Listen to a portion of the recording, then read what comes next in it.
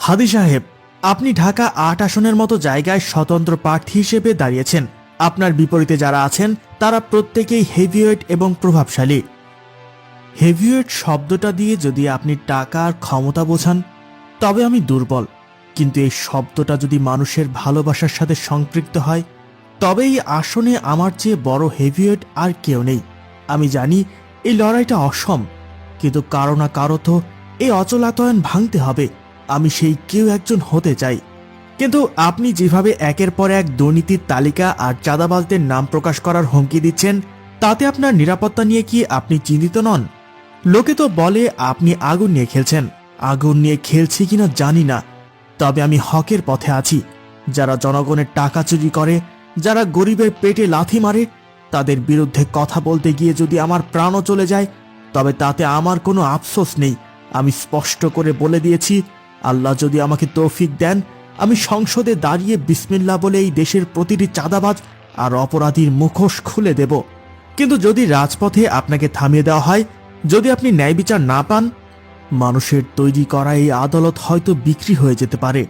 প্রভাবশালীদের চাপে এই দুনিয়ার বিচার ব্যবস্থা হয়তো অন্ধ হয়ে থাকতে পারে, কিন্তু মনে রাখবেন, মানুষের বিচার এই জমিনে না হলেও আসমানে ঠিকই হবে। আসমানের বিচার তো আর কেউ ঠেকাতে পারবে না। সেখানে প্রতিটি অন্যায়ের হিসেব কড়ায় গণ্ডায় বুঝিয়ে দিতে হবে। আমি সেই আসমানের বিচারকের ওপর ভরসা করি। আজ যারা ক্ষমতার জোরে ধারাকে সারাজ্ঞান করছে, একদিন তাদের মাথা নিচু করতে হবেই। আমি তো সামান্য এক নগণ্য মানুষ। আমার মৃত্যু হলে এক হাদি যাবে, কিন্তু ইনশাআল্লাহ এই বাংলার ঘরে ঘরে হাজারো হাতি জন্ম নেবে। আপনার এই অদম্য সাহসের উৎস কি? আমার উৎসাহ হলো আমার সততা এবং সাধারণ মানুষের দোয়া।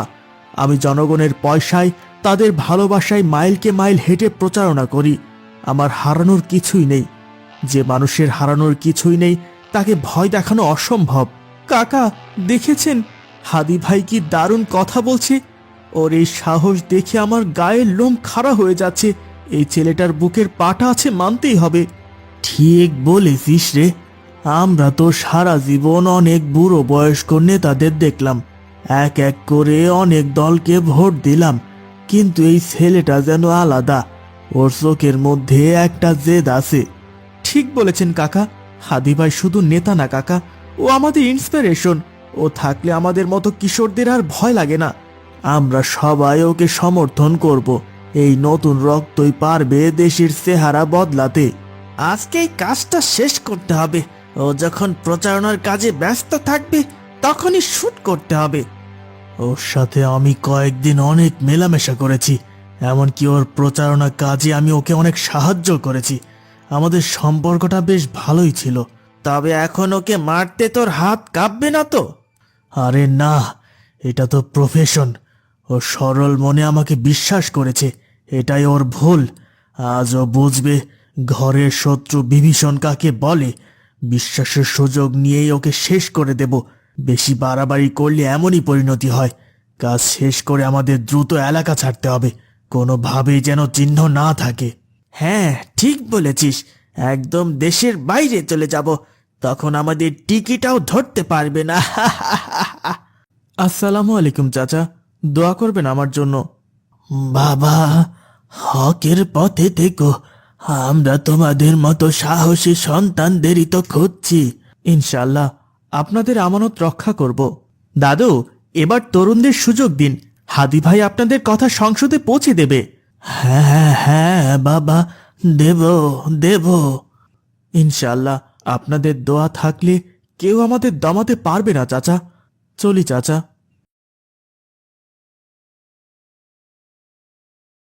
ওই দেখ, হাদি রিকশায় উঠতেছে। আশেপাশে এখন লোকজন তেমন নেই, এটাই সুযোগ। বাইক স্টার্ট কর। একদম টার্গেটে রাখবি। কাজ শেষ করে এক টানে গলি দিয়ে বেরিয়ে যাব।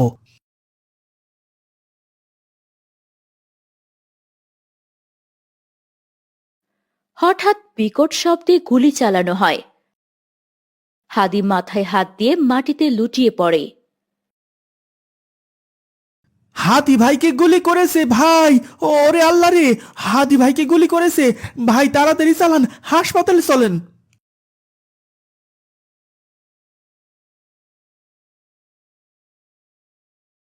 ওসমান হাদিকে হাসপাতালে নিয়ে যাওয়া হয়। চারদিকে হাদির জন্য লোকে হাহাকার করতে থাকে। ওসমান, ওসমান, সাইরা যাস না, ওসমান, সাইরা যাস না। দর্শক, দেশ আজ এক নজরবিহীন শোকের সম্মুখীন।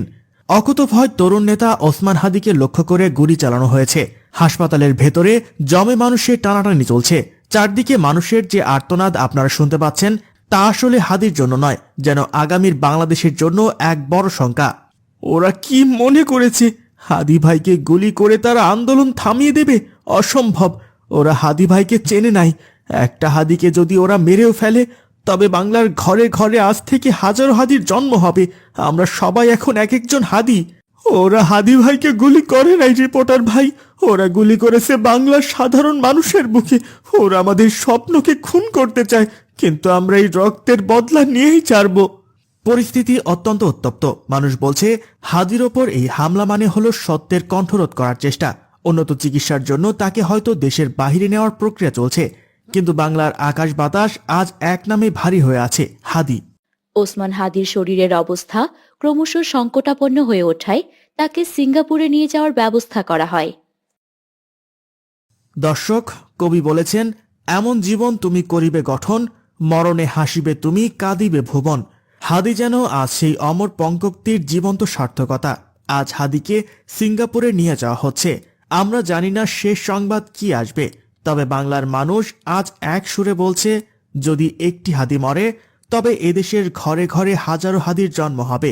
হাদিদের বাঁচতেই হবে, কারণ হাদিরাই গড়বে আগামীর ইনসাফের বাংলাদেশ। হাদি ভাই, আপনাকে ফিরতেই হবে। আপনার খুনিরা হয়তো ভেবেছে আপনাকে সরিয়ে দিলে আমরা থেমে যাব, কিন্তু ওরা জানে না, যদি আপনার কোনো ক্ষতি হয়, তবে বাংলার মাটি খুনিদের জন্য জাহান্নাম হয়ে যাবে। বাঁচা দুষ্কর হয়ে যাবে ওদের জন্য। কতটা ভালোবাসা, কতটা টান থাকলে মানুষ এমন করে কাঁদে। হাদি, তুমি ফেরো। এই বাংলাদেশে একটা হাদিকে খুব দরকার। তুমি ফিরে এসে আবার নেতৃত্ব দেবে। সারা দেশের মানুষের একটাই প্রার্থনা, হাদি ফেরো। ইনকিলাবের এই লড়াই অসমাপ্ত রেখে তুমি যেতে পারো না। বাংলার আকাশে বাতাসে আজ একটাই আর্তনাদ, আমরা তোমাকে ফিরে পেতে চাই হাদি। ওসমান হাদিকে সিঙ্গাপুরে নিয়ে যাওয়া হয় উন্নত চিকিৎসার জন্য। সারা দেশের কোটি কোটি মানুষের প্রার্থনা আর চোখের জলকে উপেক্ষা করে মহান আল্লাহ তাকে নিজের কাছে ডেকে নিলেন। তাকে আর বাঁচানো গেল না, কিন্তু হাদি মরেও অমর হয়ে রইলেন। যে মানুষ দেশের জন্য হাসতে হাসতে রক্ত দেয়, সে কখনো মরে না। আজ বাংলার প্রতিটি ঘর থেকে একটি করে হাদি বেরিয়ে আসবে। হামজা স্কুল থেকে ফিরছে।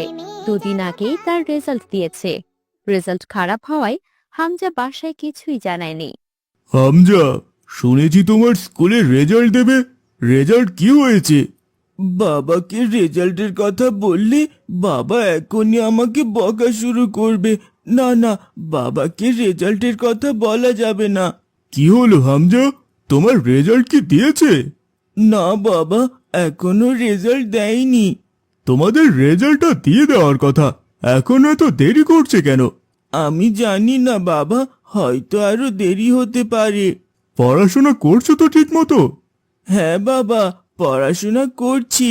ঠিক আছে, তোমার ঘরে যাও। আচ্ছা বাবা। উফ, আজকে বড় বাচ্চা বেঁচে গেছি। বাবা যদি কোনোভাবে জানতে পারতো আমার রেজাল্ট খারাপ হয়েছে, তাহলে আজকে আমার রক্ষা ছিল না। তুমি এখনো এখানে বসে আছো? কখন বলেছি বাজার করে আনতে? হ্যাঁ যাচ্ছি, বাজারের ব্যাগটা দাও। হামজার বাবা বাজার করতে যায়। বাজার শেষ করে ফেরার পথে তার সাথে হেডমাস্টারের দেখা হয়।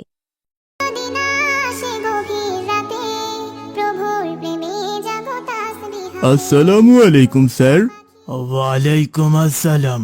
আপনার শরীর এখন কেমন? আগের থেকে সুস্থ আছেন? আমি তো সুস্থই ছিলাম, আমার তো কিছুই হয়নি। কি বলছেন?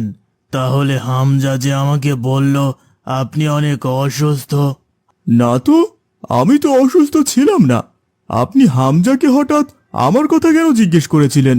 হামজা কি আপনাকে ওর রেজাল্টের কথা বলেছে? না স্যার, ও বলল ওর রেজাল্ট নাকি আরো দেরিতে দেবে। 3 দিন আগে রেজাল্ট বেরিয়েছে, ওর রেজাল্ট অনেক খারাপ হয়েছে। তাই আমি বলেছিলাম আপনাকে জানাতে, যেন আপনি আমার সাথে দেখা করেন। ও বলল আপনি নাকি অনেক অসুস্থ, তাই আসতে পারবেন না। ছেলেটাকে এখনই ঠিক করুন। এভাবে মিথ্যে কথা বলতে বলতে একদিন তো বিপদে পড়ে যাবে। ঠিক আছে স্যার, আমি বিষয়টা দেখছি। ঠিক আছে, আর কালকে অবশ্যই স্কুলে আসবেন। আচ্ছা স্যার, ঠিক আছে।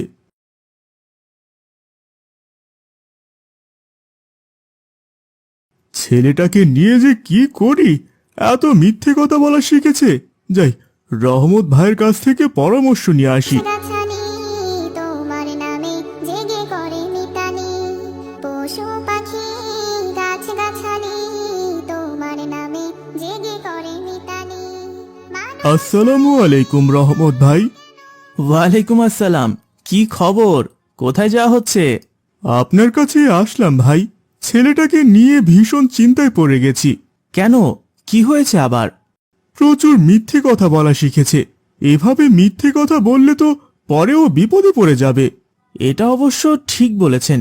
এই বয়সে মিথ্যে কথা বললে পরে অনেক বিপদে পড়ে যাবে। আপনার ছেলেকেই দেখুন না, কত শান্ত একটা ছেলে। আর আমার ছেলেকে দেখুন, সব সময় মিথ্যে কথা বলে যায়। চিন্তা করবেন না, আমি আব্দুল্লাহকে বলে দেব। ওর সঙ্গে কিছুদিন মিশলে ও মিথ্যে কথা বলা ছেড়ে দেবে ইনশাল্লাহ। সঙ্গ ভালো থাকলে মানুষও ভালো হয়। ঠিক বলেছেন ভাই। তাহলে আব্দুল্লাহকে একটু বলে দিন আমার ছেলের সঙ্গে যেন মেলামেশা করে। ঠিক আছে ভাই, বলে দেব। তোমরা কেন গভীর ঘুমে আছো মেতে, ঘুম যদি না আসে হামজা, বেরিয়ে আয়, খেলতে যাব। কি রে, তুই তো আমার সাথে খেলতে আসিস না, আজকে হঠাৎ আমার সাথে খেলতে এলি যে? তো কি হয়েছে? তোর সাথে খেলি না বলে এখন খেলতে পারবো না? তা পারবি না কেন? ঠিক আছে চল, তাহলে চল খেলতে যাই। নতুন ফুটবল কিনেছি, দুজনে মিলে খেলবো। জাগো তাসবিহ হাতে, ঘুম যদি না আসে গভীর রাতে, প্রভুর প্রেমে জাগো মাঠে সে তাসবিহ খেলতে গিয়ে বল একটা লোকের বাড়িতে গিয়ে লাগে। মনে হয় কাজটা ভেঙে গেছে। চল গিয়ে নিয়ে আসি বলটা। তোর কি মাথা ঠিক আছে? এখন বল চাইলে কি আমাদের বল দেবে? উল্টো বকাঝোকা করবে। আমরা ভুল করেছি, আমাদের তো বকবেই। চল বলটা গিয়ে নিয়ে আসি। চুপ কর, ওই দেখ বাড়ির মালিক আসছে। এবার কি করবি? কি আর করব, নিজের ভুল স্বীকার করব। তুই কি পাগল হয়েছিস? আমরা ভুল স্বীকার করব না। ওখানে বাচ্চারা খেলছে, ওদের দোষ দিয়ে দেব। না না, ওরা ছোট বাচ্চা, ওরা তো কোনো দোষ করেনি। ওদের দোষ কেন দিবি তুই? ঠিক আছে, তাহলে বলবো অন্য কেউ বলটা লাগিয়েছে। মিথ্যে কেন বলবি তুই? মিথ্যে বলা ভালো নয়। তুই চুপ কর, শুধু দেখে যা আমি কি করি। মাঠে সে খেলতে গিয়ে বল একটা লোকের বাড়িতে গিয়ে লাগে। মনে হয় কাজটা ভেঙে গেছে। চল গিয়ে নিয়ে আসি বলটা। তোর কি মাথা ঠিক আছে? এখন বল চাইলে কি আমাদের বল দেবে? উল্টো বকাঝোকা করবে। আমরা ভুল করেছি, আমাদের তো বকবেই। চল বলটা গিয়ে নিয়ে আসি। চুপ কর, ওই দেখ বাড়ির মালিক আসছে। এবার কি করবি? কি আর করব, নিজের ভুল স্বীকার করব। তুই কি পাগল হয়েছিস? আমরা ভুল স্বীকার করব না। ওখানে বাচ্চারা খেলছে, ওদের দোষ দিয়ে দেব। না না, ওরা ছোট বাচ্চা, ওরা তো কোনো দোষ করেনি। ওদের দোষ কেন দিবি তুই? ঠিক আছে, তাহলে বলবো অন্য কেউ বলটা লাগিয়েছে। মিথ্যে কেন বলবি তুই? মিথ্যে বলা ভালো নয়। তুই চুপ কর, শুধু দেখে যা আমি কি করি। এই বলটা কার রে? কে মেরেছে এই বলটা? জানালার কাজটাই ভাঙ্গা দিল। এই বলটা আমাদের না, এখানে আরো কিছু ছেলেরা খেলছিল, ওরাই বলটা ওদিকে দিয়েছে। বদমাস পোলা পাইন, খেলার আর জায়গা পাস না। এই বলটা আজকে পুড়িয়ে ফেলবো। বলটা কেন পুড়িয়ে ফেলবেন? বলটা আমাদের দিয়ে দিন। তোমাদের কেন দিতে যাব বল? তোমরা এখানে কি করছো? আজ থাইকা এখানে আর খেলতে আসবা না, যাও এখান থেকে। দেখলি তো, মিথ্যে বলতে গিয়ে আমার বলটাও নিয়ে গেল, আর আমাদের এখানে খেলাটাও হবে না। সব হয়েছে তোর মিথ্যে বলার কারণে। আমি আসলে বুঝিনি বলটা আর ফেরত দেবে না। সত্য বললে বকা খেলেও আমার বলটা ফিরে পেতাম, কিন্তু এখন আর কিছুই পেলাম না, উল্টা আরো বকা খেলাম। তুই মন খারাপ করিস না, বাবাকে বলে তোকে আরেকটা বল কিনে দেব। হয়েছে, এত মিথ্যে কথা তোকে বলতে হবে না, চল এখন। আকাশ বাতাস গ্রহ তারা সাগর নদী ওই দেখ আব্দুল্লাহ, ওখানকার গাছটায় কত সুন্দর জাম্বুরা ধরেছে। তো কি হয়েছে? চল আমরা গিয়ে একটু চুরি করে আনি। চুরি কেন করতে যাবি? যদি খেতে ইচ্ছে হয় চল গাছের মালিককে গিয়ে বলি। গাছের মালিককে বললে কি তোকে জাম্বুরা দিয়ে দেবে নাকি? কেন দেবে না? তুই সত্যি একটা বোকা, কেউ কি কাউকে এমনি এমনি জিনিস দিয়ে দেয়? এর আগের বার মিথ্যে বলে তুই অনেক বড় ক্ষতি করে দিয়েছিস, এখন আবার চুরি করলে যদি ধরা পড়ি তাহলে আবার আমাদের বাসায় নালিশ যাবে, তখন কি হবে? তাহলে কি করবি? তোকে আর কিছু করতে হবে না, এবার দেখ সত্য বললে কেমন উপকার হয়। কোনো উপকারই হবে না, দেখিস একটা জাম্বুরাও খেতে দেবে না। ঠিক আছে চল গিয়ে দেখি। তারা সাগর নদী ঝর্ণা ধারা পাখিদের কলতানে মিষ্টি সুরে আসসালামু আলাইকুম চাচা।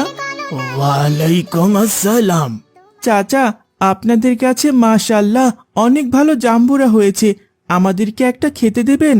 সবাই তো চুরি করে নিয়ে যাচ্ছে, আর তোমরা আমাকে বলে নিতে চাচ্ছ, আর তোমাদেরকে দেব না?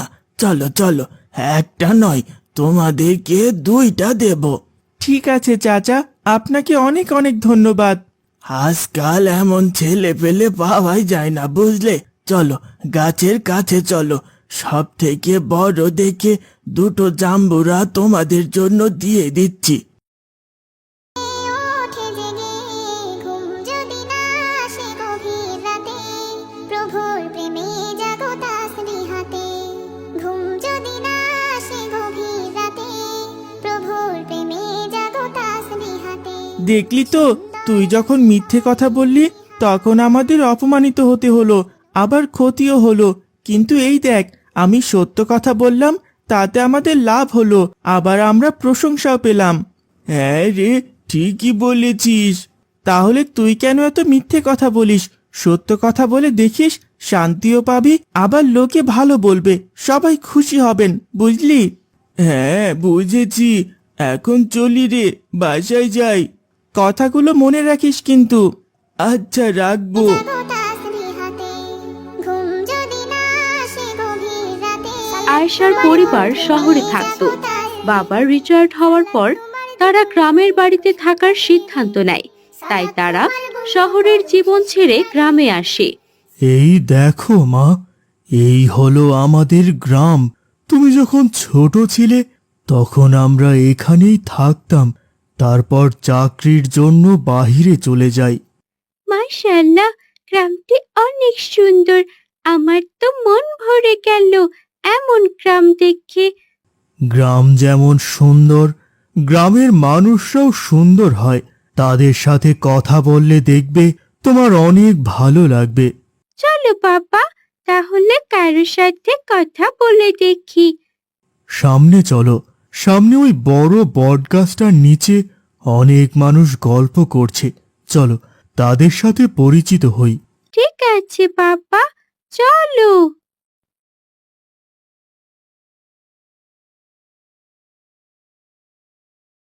আসসালামু আলাইকুম ভাইজান। ওয়ালাইকুম আসসালাম। তোমরা কে? তোমাদের তো চিনলাম না। আমরা আগে শহরে থাকতাম, আমার নাম রহমত। ওই যে দক্ষিণে যে দালান বাড়িটি আছে ওটা আমাদেরই ছিল। তোমরা ওই বড় দালান বাড়িতে থাকো? কখনো তো তোমাদের ওদিকে দেখিনি। ও বাড়িটা তো অনেক দিন থেকে তালা বন্ধ। আমরা এতদিন শহরে ছিলাম, এখন থেকে গ্রামে থাকব। তোমরা শহরে থাকো, তার মানে তো তোমরা অনেক অহংকারী। কি যে বলেন, আমরা কেন অহংকারী হতে যাব? শহরে থাকলেই কি কেউ অহংকারী হয়? ধুর মশাই, তোমাদের মতো শহরের মানুষেরা গ্রামের মানুষের বন্ধু হয় না। আমাকে আর ডাকবেন না, আমি আপনাদের সাথে কথা বলতে চাই না। ربي العلا ربي العظيم বাবা, লোকটা আমাদের সাথে এমন করলো কেন? তুমি তো বলেছিলে গ্রামের মানুষ অনেক ভালো হয়, তাহলে আমাদের সাথে খারাপ ব্যবহার করলো কেন? না রে মা, উনি হয়তো ভুল বুঝেছেন। সবাই তো আর একরকম নয়। চারপাশটা ঘুরে দেখিস, গ্রামের মানুষ অনেক ভালো। এখন চল, আমরা বাড়িতে যাই। আর শোন, কালকে থেকেই কিন্তু তুই গ্রামের স্কুলে আসবি। ঠিক আছে বাবা। العلا ربي العظيم মুমিন তুমি সালাত তোমার মস্ত পরিচয় দুনিয়া তোমার আজকে আছে কালকে হবে লয় জানিস, আমাদের স্কুলে একটা নতুন মেয়ে এসেছে। ওরা নাকি আগে শহরে ছিল, এখন থেকে নাকি গ্রামেই থাকবে। শহরের মেয়ে, তার মানে তো অনেক অহংকারী। হ্যাঁ, আমারও তাই মনে হয়। ওর সাথে আমাদের বেশি মেলামেশা করা উচিত হবে না। বেশি কি বলছিস? ওর সাথে কোনো রকম মেলামেশা করাই আমাদের উচিত না। ওই যে দেখ, মেয়েটা আমাদের দিকে আসছে। চুপ কর, চুপ কর। সালাত তোমার জীবন জুড়ে আসসালামু আলাইকুম। তোমরা কেমন আছো? আমরা কেমন আছি সেটা জেনে তোমার কি? তুমি কেন এসেছো? সালামের আগে জবাব দাও। আমরা কি দেব না দেব সেটা আমাদের ব্যাপার, তুমি বলার কি? সালামের জবাব না দেওয়া তো অনুচিত। শোনো মেয়ে, তুমি আমাদের জ্ঞান দিতে আসবে না। তোমরা শহরের মেয়েরা এমন, তোমরা অনেক অহংকারী।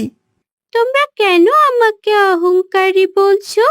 আমি কি করেছি? শহরে যারা থাকে তারা গ্রামের মানুষদের অনেক কষ্ট দেয়। তারা কখনোই গ্রামের মানুষদের আপন হয় না। সবাই তো একরকম নয়। আমরা কখনোই তোমাদের কষ্ট দিতে আসিনি। আমরাও তো এই গ্রামেরই মানুষ। বাবার চাকরির জন্য আমাদের শহরে যেতে হয়েছিল। এখন থেকে আমরা এখানেই থাকবো। তোমরা আমাকে বন্ধু বানাবে? না না, আমরা কোনো শহরের মানুষকে বন্ধু বানাবো না। চল হামিম, আমরা যাই এখান থেকে। হ্যাঁ, চল এখান থেকে। সালাত তোমার অঙ্গে মাখো সঙ্গে রাখো তবেই তো মুমিন রব্বি ওরা আলা কেন যে আমার সাথে এমন করছে? শহরে থাকি বলে কি আমরা মানুষ নই? আমি আর বাবা তো কখনোই তাদের সাথে খারাপ ব্যবহার করিনি। তাহলে ওরা কেন আমার সাথে খারাপ ব্যবহার করছে? সহপাঠীদের এমন ব্যবহারে আয়েশার মন ভেঙে যায়। সে বাড়ি এসে বাবার কাছে সবকিছু খুলে বলে। বাবা, শুনলে তো সবকিছু?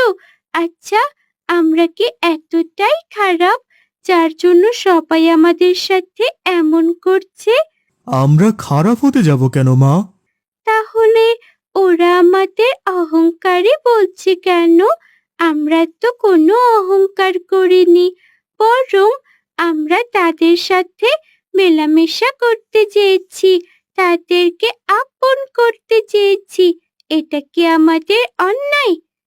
না রে মা, অনেক দিন থেকে হয়তো তাদের মধ্যেই ভুল ধারণাটা ছিল যে শহরের মানুষেরা অহংকারী হয়, গ্রামের মানুষদের ভালোবাসে না। কিন্তু আসলে এটা সত্যি না। দেখবি, একদিন তারা ঠিক বুঝতে পারবে যে আমরা ওদের কখনোই খারাপ চাইনি। সেদিনটা কবে আসবে বাবা? যেদিন আল্লাহ চাইবেন সেদিন তারা ঠিক বুঝতে পারবে। এখন চল, ঘরে বাজার নেই, আমরা বাজার থেকে কিছু কিনে আনি। ঠিক আছে, চলো। পড়লে সালাত রয় দূরে রয় মন্দ যত আয়েশা ও তার বাবা বাজারে আসে। বাজারের সবাই তাদেরকে আর চোখে দেখতে থাকে এবং নানা কিছু বলতে থাকে। তখনই সেখানকার একজন তাদের কাছে আসে। আসসালামু আলাইকুম ভাইজান, আপনি রহমত ভাইজান না? হ্যাঁ, কিন্তু তোমাকে তো চিনলাম না। আমি হাকিম, আমার এই চিন্তাছেন না? আমার মায়ের চিকিৎসার সময় তো আপনি খরচ করলেন, সব ওষুধপাতি কিনে দিলেন। আরে হাকিম, তুমি কত বড় হয়ে গেছো। যখন তোমার মা অসুস্থ ছিল তখন বেশি বয়স ছিল না তোমার। ভাইজান, আপনি দেশে আইছেন, একটাবার খবরও পাইলাম না। খবর আর কি দেব, আমাদের গ্রামের মানুষেরা এত বদলে গেছে। কেন ভাইজান, কি হইছে? শহর থেকে এসেছি, সেই থেকে সবাই আমাদের সাথে খারাপ ব্যবহার করছে। বলছে শহরের মানুষেরা নাকি খারাপ। বাদ দেন তো গ্রামবাসীর কথা, ওরা কি আর আপনারে চেনে? আপনি যে কত বড় মনের মানুষ সেটা কেবল আমিই জানি। দেখবেন ওরাও একদিন আপনারে অনেক ভালোবাসবো। ইনশাআল্লাহ, একদিন আল্লাহ ঠিকই ওদের ভুল ভাঙিয়ে দেবে। সঙ্গে এই মামুনিটা বুঝি আপনার মেয়ে? চলো মামুনি, তোমাদের বাজারটা ঘুইরা দেখাই। ঠিক আছে, চলো। আমি তো ভাবতাম গ্রামের সবাই খারাপ, সবাই বাজে ব্যবহার করে, কিন্তু তুমি অনেক ভালো। চলো আমরা ঘুরে ঘুরে দেখি। আচ্ছা মামুনি, চলো। পড়লে সালাতে রয় দূরে রয় মন্দ যত কাজ। পাঁচ প্রহরে সালাত পড়ো, আত্মাকে সমৃদ্ধ করো। পাঁচ প্রহরে সালাত পড়ো। আজ সারা রাত ভারী বৃষ্টিপাতের আশঙ্কা রয়েছে। সবাইকে নিরাপদ আশ্রয়ে যাওয়ার অনুরোধ করা হলো। বাবা, খবরে কি বলছে দেখো, আজকে নাকি অনেক বৃষ্টি হবে। বৃষ্টির দিনে বৃষ্টি তো হবে, এটা নিয়ে এত চিন্তার কি আছে রে মা? বাবা, গ্রামের মানুষদের তো ভালো বাড়ি ঘর নেই। আমাদের না হয় ইটের বাড়ি, কিন্তু তাদের তো বাঁশের বাড়ি, টিনের বাড়ি। ওদের অভ্যাস আছে, এমন কত ঝড় বাদল গেছে ওদের বাড়ির ওপর দিয়ে। তুমি যাই বলো না কেন বাবা, ওদের জন্য আমার অনেক চিন্তা হচ্ছে। চিন্তা করতে হবে না, ওদের কিছুই হবে না। যা, এখন অনেক রাত হয়ে গেছে, শুয়ে পড়। ঠিক আছে বাবা। সেদিন রাতে ভারী বর্ষণ শুরু হয়ে যায়। সারা রাত সারা দিন শুধু বৃষ্টি হতে থাকে। এত পরিমাণে বৃষ্টি হয় যে গ্রামের বাড়িঘর পানিতে ডুবে যেতে থাকে। সবাই ঘরের চালে আশ্রয় নেয়। সালাত তোমার অঙ্গে মাখো, সঙ্গে রাখো, তবেই তো মুমিন। রব্বি দেখেছো আলা। বাবা, চারদিকে কত পানি, গ্রামের মানুষ তো তলিয়ে যাচ্ছে। আমাদের যদি এত বড় দালান না থাকতো, তাহলে হয়তো আমরাও তলিয়ে যেতাম। হ্যাঁ রে মা, তাই তো দেখছি, এরকম বন্যা তো আগে কখনো হয়নি। বাবা, আমাদের ঘরে বসে থাকলে কি চলবে বলো? তাহলে কি করবি? গ্রামবাসীদের সাহায্য করবি? হ্যাঁ বাবা, ওরা বিপদে পড়েছে, আমাদের উচিত ওদেরকে সাহায্য করা। দেখো, এই বন্যায় হয়তো অনেকেই না খেয়ে আছে। তোর মনটা অনেক নরম রে মা, আমি অবশ্যই ওদের সাহায্য করব। এই দুঃসময়ে আমরা ওদের পাশে থাকবো না তো কে থাকবে? তাহলে তুমি এক্ষুনি একটা নৌকার ব্যবস্থা করো, আমরা নৌকায় করে ওদের সাহায্য করব। আমি এখনই ব্যবস্থা করছি। এরপর আয়েশা এবং আয়েশার বাবা নৌকায় করে গ্রামবাসীদের খাবার বিতরণ করতে থাকে এবং যারা একেবারেই আশ্রয়হীন হয়ে গেছে তাদের নিজেদের বাড়িতে আশ্রয় দেয়। আয়েশা এবং আয়েশার বাবার এমন উদারতা দেখে গ্রামবাসীদের ভুল ভাঙে এবং তারা আয়েশাদের আপন করে নেয়।